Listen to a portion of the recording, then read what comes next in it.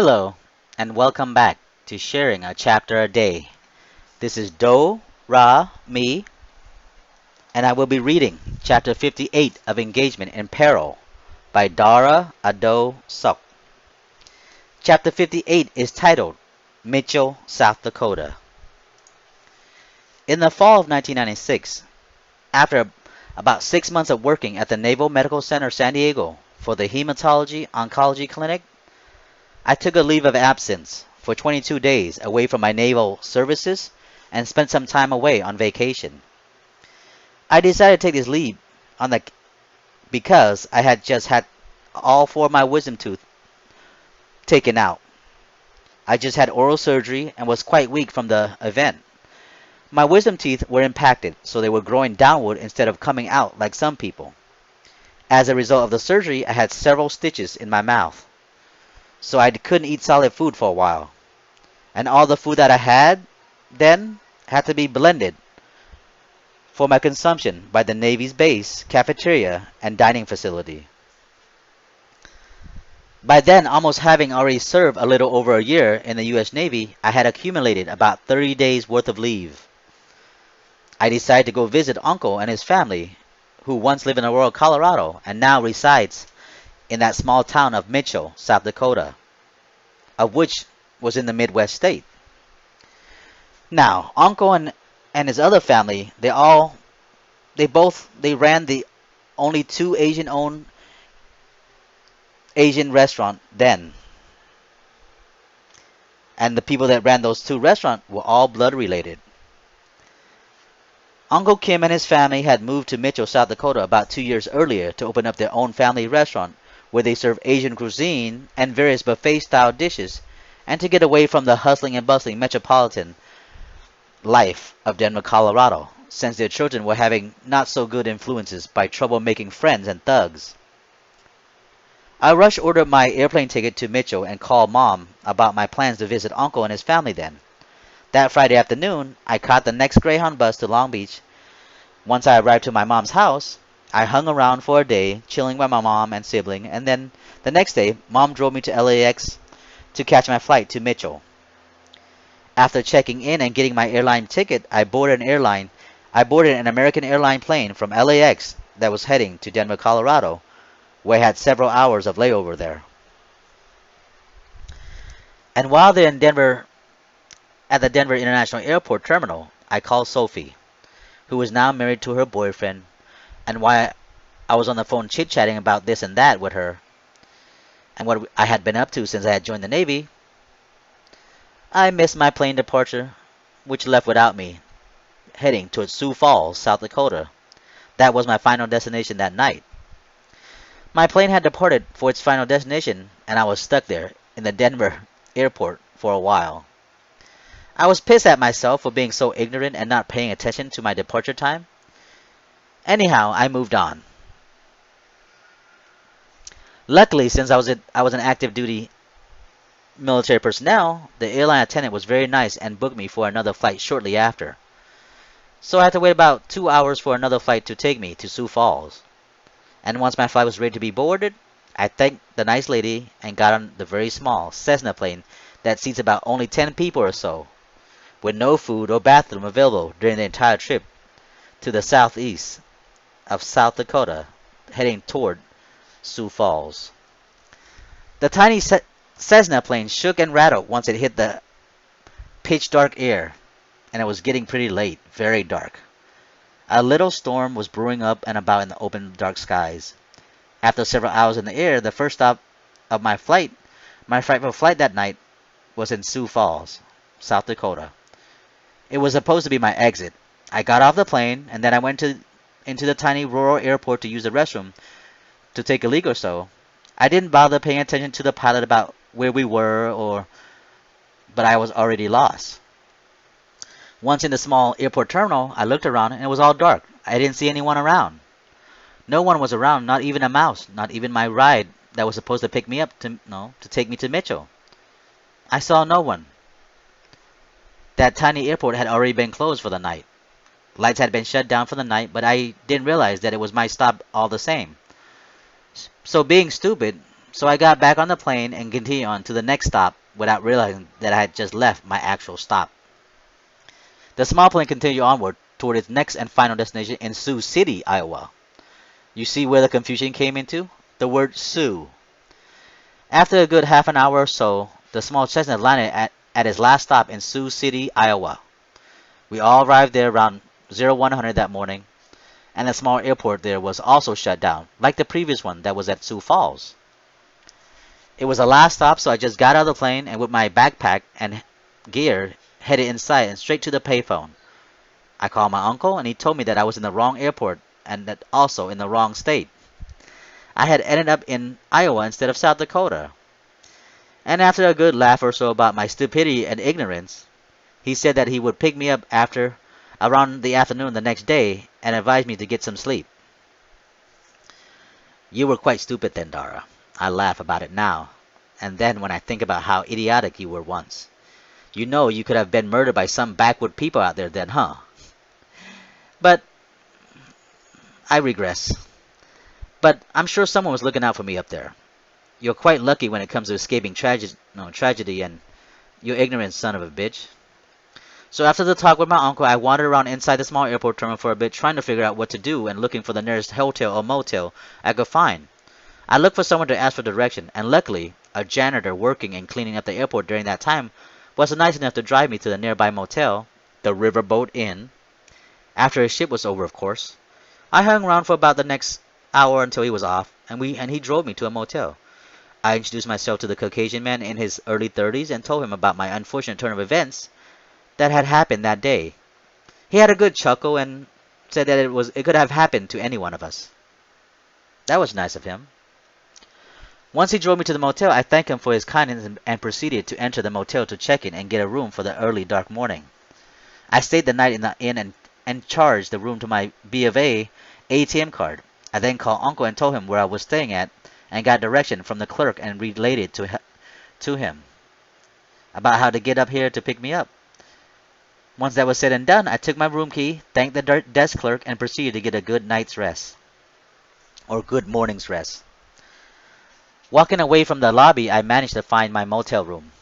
I then entered the room, looked around, and made sure all was safe and secure. I checked the windows, making sure they were locked, looked behind the doors, making sure no one was hiding out there, looking under the beds, and once I found no boogeyman, I then settled down and relaxed for the moment.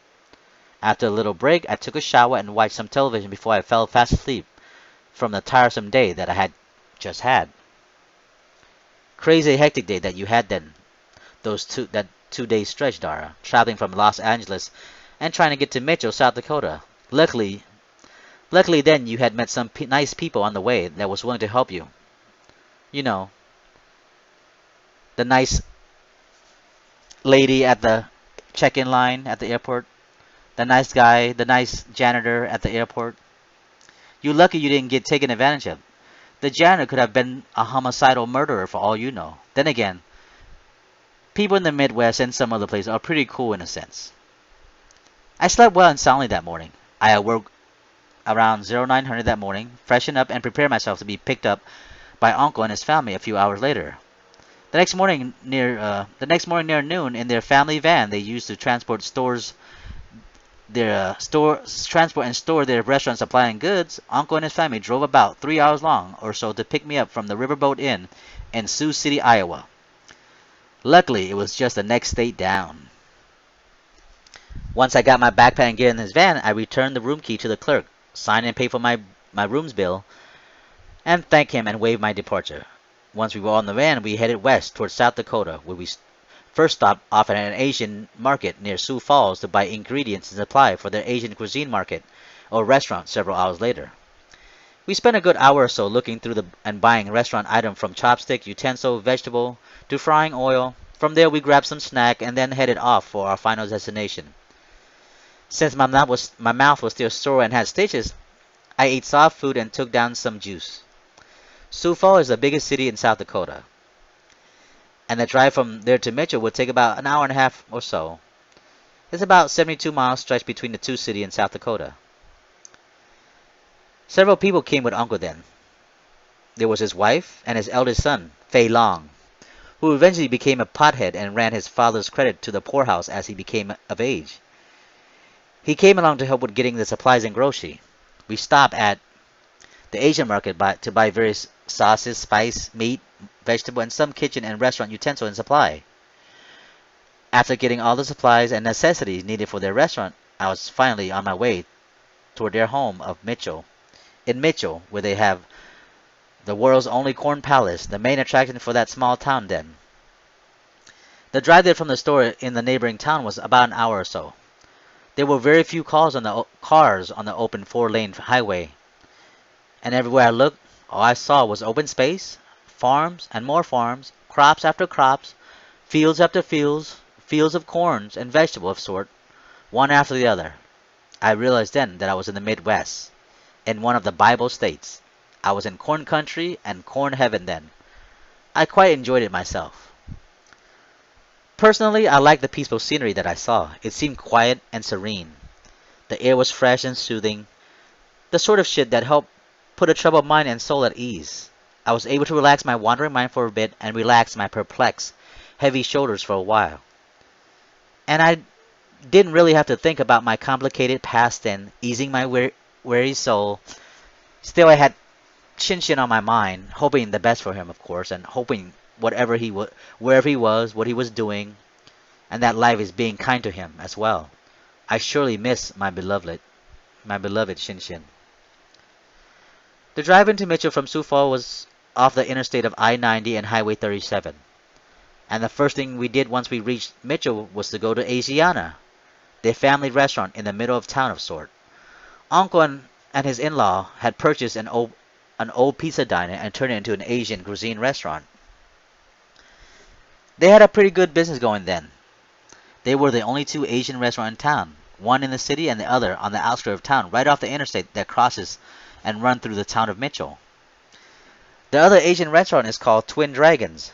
It still exists to this day, and everyone in town seems to go there. Currently, there are two other Asian restaurants in the town of Mitchell. More Asian have moved into that town since I had last visited. After dropping off the restaurant supply at their place of business, I said hello to several of my so-called cousins, and then we went to their house and several miles down the road from their family restaurant that was situated on the outskirts of town.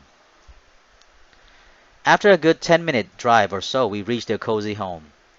Their home was a two-story building with 5 bedrooms, 3 bathrooms, a front yard, and a backyard. They also had built a wooden patio attached to the back doors of their home. It was a nice home. They had 3 bedrooms upstairs, and Uncle had built 2 extra rooms downstairs in the basement and a laundry room for the washer and dryer. Uncle was quite handy then. He isn't that way much anymore. It seemed that he has gotten greedy since I knew him last. After resting for the wee bit, my aunt and uncle and her son went back to their restaurant to help with their afternoon meal preparation for customer and patron for the evening. For the evening crowd, of course. Like old time, my uncle decided and wanted to take me fishing. So I agreed, and later that afternoon we caught several sunfish, bluegills, and 2 bass, of which we had it for supper that evening at the house when everyone had returned from work. I met up with my cousins and friend that I hadn't seen in years after cleaning up at the restaurant, and once they all returned home, we all had a nice dinner together that night, just chit-chatting and shooting the breeze. The next day, we visited their in-laws' restaurant called Twin Dragon, which was located on the interstate coming to the town of Mitchell. I bowed and said my customary traditional greetings to my elders, who were my uncle's sister and his brother-in-law, Danny and Savi. After our initial meeting, then, we had a meal together in the kitchen at Twin Dragon. I couldn't eat much at the time due to the stitches in my mouth. So instead, I sucked down egg drop soup and some juices, and everyone else feasted on various delicious Asian food as I looked awkwardly to them with a swollen face and jaw. They laughed over my mouth complications. During our initial meal together, we talked about my military life and experience, and about my family back in Long Beach. I also told them about my good friend Shin Shin and how wonderful he had been to me, and good to and for me, and how much I had missed him since I hadn't seen him or heard from him since we last saw and spent time together at Camp Del Mar in the lovely city of Oceanside, California, when he went back to his training at Bud's. After about an hour or so, we were done eating. We thanked my cousins, my uncle's sister and brother-in-law and left for their home on the outskirts of the small town of Mitchell. Once back at my uncle's home, I stayed up a wee bit and caught up on stories and events with my uncle and kids, where they have been and what they have been up to. They shared many pictures with me, and we also watched some home videos and movies before we all settled to bed that fine warm summer night. I slept soundly that night in one of their basement's bedroom, which I shared with one of their son. It was a nice coming back to see uncle and his family. They had left the big city life of Denver and moved to a small town in the Midwest. I guess my uncle wanted to make sure his kids were raised in a decent environment, away from gangs and thugs and the rush of metropolitan America then. The next day, once we were all awoke and after we had freshened up and several of us went to Asiana to help with the day's task of cooking, cleaning, and preparing food for customers, they worked on preparing meals and dessert. I stood there looking with awe at what was happening around me. Uncle was cooking and frying the food, and Aunt was cutting and chopping up the vegetable meat and making small triangular shrimp wonton. My younger cousin were in the dining area, wiping down and setting the table and chairs and tending to the utensil, organizing the forks, spoons, and wrapping it into hand tissue. I couldn't really help much around the restaurant because I really didn't know how to cook well. All I did to help was wash the dishes and cut up some vegetable, take out the trash and garbage, and clean up the dining table and booth for them. That was my share of the work for the preparation. And it sucked for me then. I couldn't eat all the good food they had made on account of my recent oral surgery. My uncle's business was family owned and family oriented. He had his son, daughters, niece, and nephew. They all worked there, and he paid everyone pretty well. His sons would help him cook, while the daughters set up table, deal with the customer, deal with the cash register, and they were also the cashier dealing with cash and credit cards. His business offered an all-you-can-eat buffet during lunch, where several types of tray heated food were set up for people to help themselves to their heart's content. The price for meals were decent and affordable. They even had a security camera set up so that Uncle could see the food. No, if the food was shortened for the buffet to make sure there were always enough food for the dining patron to enjoy while patronizing their family restaurant. While helping out around and about the restaurant, I was finally reunited with Julie, a daughter of one of my uncle's sister, whom we used to live in Aurora in the haunted house off Molina Street and 22nd Street together. Julie was a cute teen then, cute baby face with large hazel bright eyes. She was so cute that I gave her the nickname Jules. I spent some time chit-chatting with her while she and I cleaned, wiped, and set up the tables and organized the utensils for patron usage. We caught up on old time. I teased her about when she was young and that I used to change her diapers and such, which I really actually did. But she was several years my youth, and I liked the way Julie smiled then. She was so darn cute. And I was getting these mixed feelings about her. I was only 18 then, and she just had turned 15 that year. It was weird for me falling for a younger girl. Then again, I had quite a crush for Julie then, when we were once again reunited. I spent the next several hours hanging around the restaurant, helping out and doing what I could do. That wasn't strange, Dara. You were quite sick in the head then. You still are, you son of a bitch who killed off his own king. Shin Shin will never forgive you for that. I hope you can I hope you can one day find peace in your miserable, sinister thoughts and meaningless life, Dara. I remember a time during my visit there in Mitchell of 1996 when Uncle closed his restaurant for the day and took the whole family and friends to go fishing at the aqueduct by the Missouri River several hours away from their small city. We were all in a caravan of 4 trucks, and about 22 of us came along for the picnic fishing trip that day. The drive to the reservoir took about 2 hours, and I was fortunate enough to be able to sit beside Julie in one of the trucks. So we made small talks and such, and I was careful not to let our meager and nonchalant conversation be heard by the adult riding with us. We spoke English the whole time instead of speaking in Khmer or Cambodian to avoid any suspicion. Her young soft left arm rubbed against my right, and the warmth from her body was comfortable exchange while we sat patiently on the long trip, going with the motion of the vehicle and breathing in the soft air-conditioned oxygen that flowed about the enclosed cabin. I was actually breathing in Julie's aroma and essence then. She smelled like freshly baked cookies. She smelled like an angel to me. I was deeply inhaling her young, sweet aroma then. Once we arrived to the aqueduct, we unpacked and set up camp around and near the picnic area benches and set up several grills for grilling the meat, steak, and fish, and vegetable.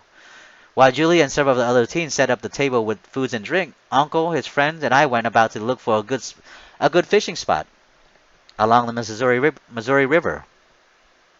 I found a pretty good spot to fish, and after a short while, Julie came along and fished beside me. It seemed there was just two of us there, fishing along the flowing river bank.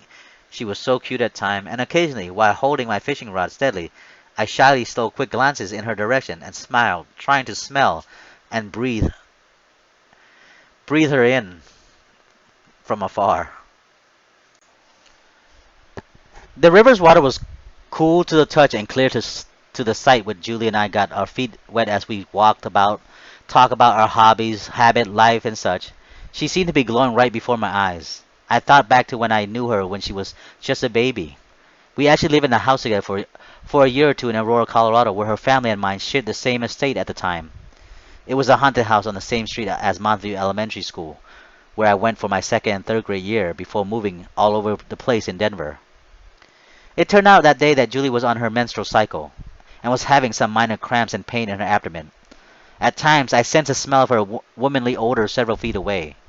You know how wild and domesticated animal can smell when someone is bleeding and such? That was me on that day. I have this sense when someone is having their period of sort. Can't explain it, but I just do. Besides enjoying and inhaling the aroma of her young blood flow, I was getting turned on as well. At moments, my stiffness began to harden, and I had to keep him calm between my legs, hiding my eagerness away from Julie at that moment, and just trying to stay focused on the task at hand, which was fishing, of course.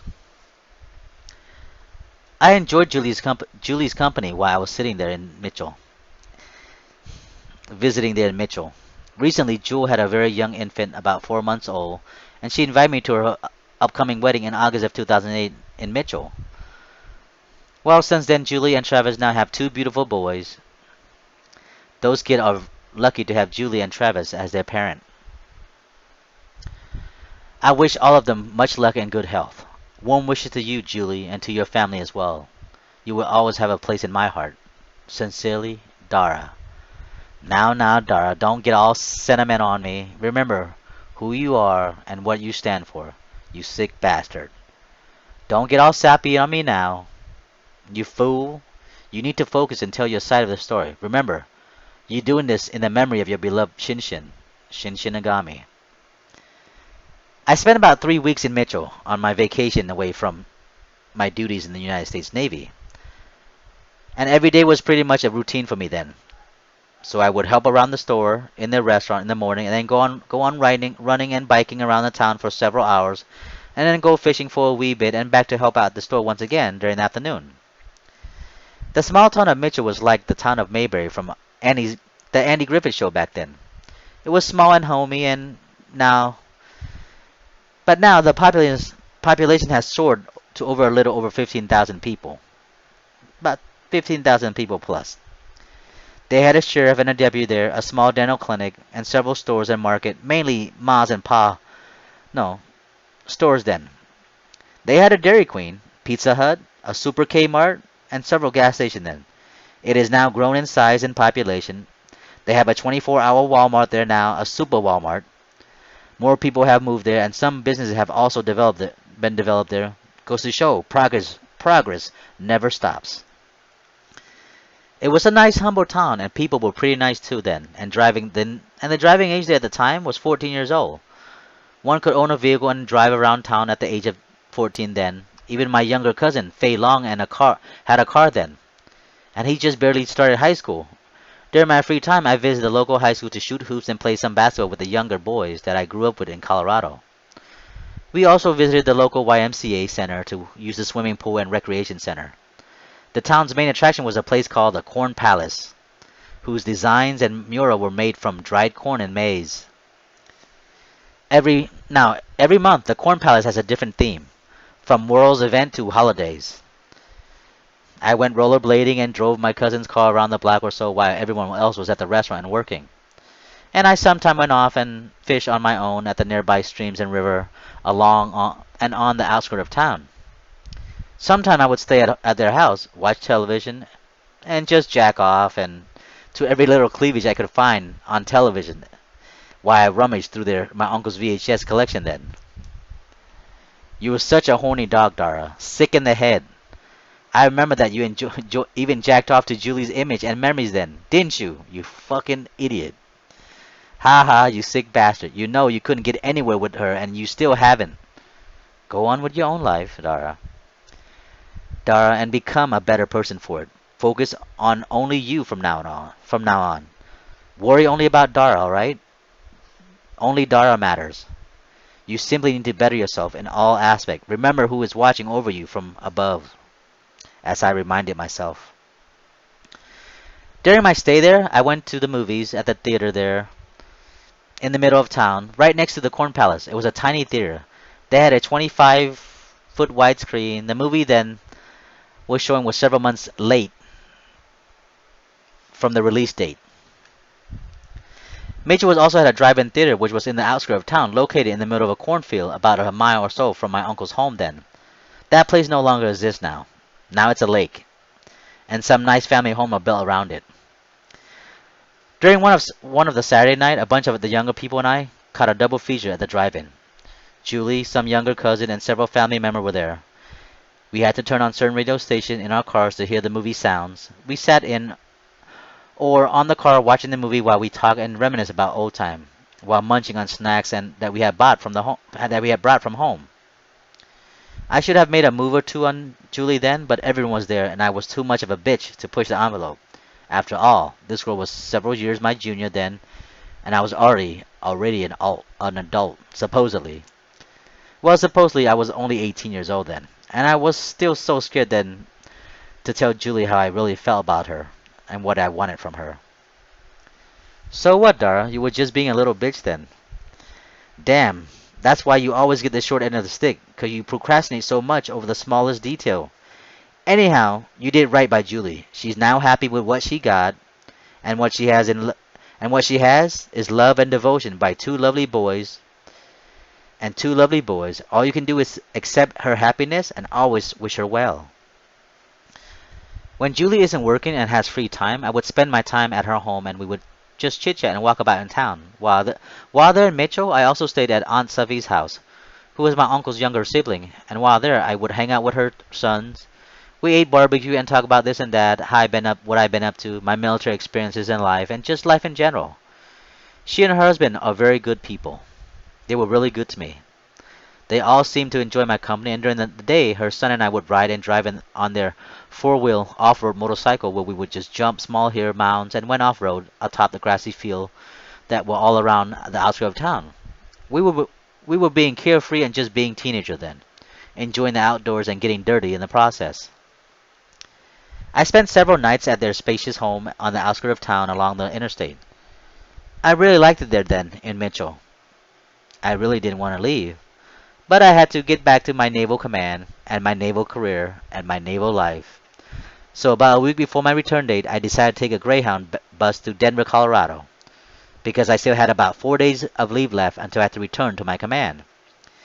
And I wanted to spend some time with Sophie and some people in the Denver area, that I once knew when I was young, and once lived there in the Mile High City. On the day I was to catch the Greyhound to Denver, and after saying goodbye to Julie and some of my cousins and elders, Uncle drove me to the nearest city that had a Greyhound bus depot, which was about an hour plus away in Sioux Falls, South Dakota. Once there, I bought my bus ticket and said my goodbyes to Uncle and his family and wished them well, and thanked them as they saw me off to Colorado as my bus drove away into the horizon after that afternoon. The bus was packed with various passengers going various places from Sioux Falls, heading west, of course. The bus ride to Denver was pretty awful. It was crowded and it smelled. The bus engine was quite noisy. Babies were crying about and people were snoring and such. Along the way, we stopped in Omaha, Nebraska to switch it to another bus. I waited several hours for the next bus in Omaha and got on, and finally, after many hours of sitting on my ass doing nothing, I got some snacks and drinks from the vending machine. The next morning around 0700, I arrived in Denver at their main bus station in downtown Denver off of Federal and Colfax Avenue. I called my uncle's oldest daughter, Sophie, whom is now married. She and her husband came to pick me up at the Denver downtown bus terminal, and I went to church with them that Sunday morning at the Third Reformed Christian Church of Aurora. Once they picked me up and we all went to their home in Aurora, we first went to church where met up with old friends and family that I once knew when I was younger and while I was living there, when I was living there once in Denver back in the 1980s. There you go, Dara. Maybe you should have turned to religion for help since you have sinned so very much these past years. And a bastard like you needs all the help you can get. Because eventually you know where you're going in the afterlife, right? Maybe God can pull a few strings for you and put you somewhere else more relaxing. You sure as hell aren't going to the same place as Shinshin. You're lucky he still loves you. Now at church I met people I knew years ago. They're all grown in height and age. I met one of my so-called uncles or such, whom is now a minister. He greeted and welcomed me to the ministry and offered me a seat up front with the elders. The service they had that part of the church provided at the same time was spoken in Khmer, Cambodian, because the majority of the churchgoer and congregation were Cambodian at times. At times I feel that these churchgoers were quite fakes. They put up fronts that day that they are doing charity and giving back to the community. In turn, they are really gossiping and keeping the charity in their own damn pocket. Nowadays, when I go to church, I just keep to myself and ponder what was really being taught and said there by the minister, priest, or whoever. I don't really socialize with anyone at church. Downstairs was a small class designated for the younger believers. It was taught by the minister's daughter then, whom I knew very well because we grew up together and we were young when we were young and once lived in Denver area. She was well versed in the Bible studies and was a little pushy at times when it comes to discussing religions and such. She was such a stickler for God. God was her savior, of course. She hasn't changed much since then. She's now married and has 3 beautiful daughters and currently resides in Phnom Penh, Cambodia, with her husband and their children. I'm sure she's trying to preach the word of God all around that town. Then again, all they really see are all the money they can get from their preaching. I pity those sort of people. After church, Sophie decided I should go and stay with one of her aunts, Savat. I knew her when I was younger because she wanted me to stay with her for the night or so. The lady was younger than my mother and I was instructed to call her aunt. I went along with her to get to her house and I stayed for the night in a room downstairs which used to be her daughter's, Ronnie, who was now living with Uncle and Mitchell at the time, going to school there, and because she got into trouble, lots of trouble back in Colorado with the law and hanging with the wrong crowd. Ronnie and I used to play house together when we were much younger back at the Lansing Street house in Aurora. Savat was currently single then because her husband had left her and her 2 younger sons for a younger woman whom he married from Cambodia to bring her to the States, for monetary incentive and means, of course. Eventually, they have children together as well. While Aunt Savat cooked and prepared dinner in the kitchen for us that evening, I asked if she needed help with the preparation. She said she was okay, so I was downstairs playing board game with her younger sons. The sons are now grown and have life pretty easy to them. They are quite spoiled to the core. They seem to get whatever they want without having to work for it. They seem quite ignorant in school. Savat has now remarried to an older gentleman who is well-to-do and well-versed in many trades. We all had dinner together that night in that humble, cozy home, watching some television, and talk about life in general. That sort of stuff that I had used to for the past several weeks. She asked about my family in Long Beach, how my mom was doing, and what she had been up to, and if we were ever moving back to Denver, and how the military life was for me. I wasn't sure what she was getting at then, so I just answered her in the best way I knew how, respectfully, direct, and to the point. You're stupid, Dara. That night, that lady was in the mood to screw you, Dara. She was all horny then. Didn't you sense it then? I could smell it from her. You should have allowed her to fuck you over that night, Dara. But no, you have to be the good guess. What an idiot you are. If I had my way then, I would have torn her ass up. You listening, Dara? I would have been all up in her. Damn you. You respectful son of a bitch. The next day I went back to stay at Sophie's house, several miles down the road from the house that I had just stayed at that previous night.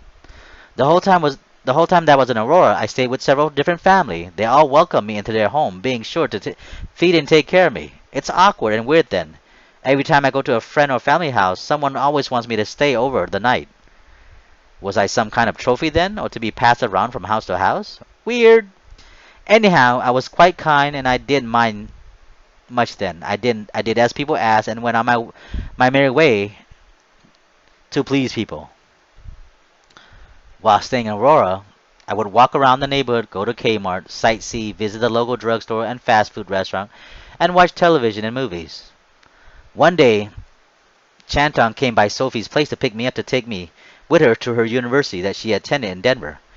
She took me to her English class where I sat patiently, being sure not to disrupt the lecture and our discussion conversation, and during the next class I hung around the library while she went to her government class. It was my first time in and on a college campus, an actual one.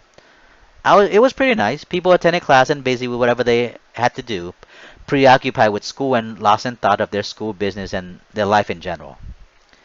While waiting in the library for Chanton to return, I rummaged through several books and stole looks at several attractive college ladies as they walked and passed by the library glossy window.